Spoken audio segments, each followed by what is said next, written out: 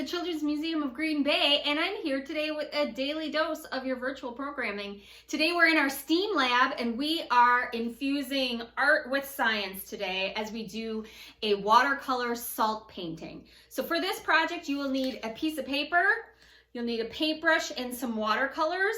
You can either make watercolors with food coloring and water, or you can use the store-bought kind like this. You also need a cup of water and some salt. All right, let's get to it. Today we're going to start off by painting on our piece of paper with our watercolors any type of painting that you'd like. It could be abstract, or it could be a picture of something. What does abstract mean? That means it's just a design. It really isn't any particular object.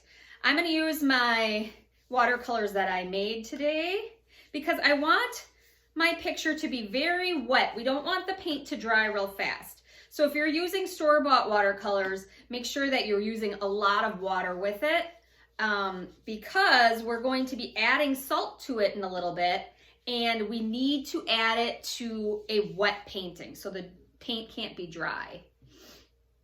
I'm just making a design with my green and blue. Almost kind of looks like the earth to me a little bit. All right, I'm almost finished. Now, when we add our salt to it, we're going to see something happen. I don't know if you're aware, but salt is an absorbent. So what does that mean? To absorb means to soak up. So when we add salt to our painting in a little bit, it's going to absorb, soak up some of that liquid that is on your picture. All right, I'm finished with my painting. It's curling a little bit there. All right, so I'm ready to add the salt. I'm gonna take a little bit of my salt here. We'll wanna do this right away while your painting is still wet. Sprinkle some out into a bowl, and then I'm just gonna sprinkle my salt all over my painting. I wanna especially get the spots that have a lot of liquid in it so that it soaks it up.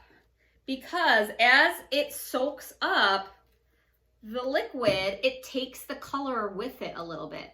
So it leaves a textured looking design on your painting. So you're gonna have to, after you sprinkle it on, you're gonna have to let it dry for a little bit. You have to be patient and set it aside. And then come back to it once it's all dry. I did this one a little bit ago, and then you're just gonna brush off all that extra salt that's on it. And you can take a look at the texture that's on there now. You can see that.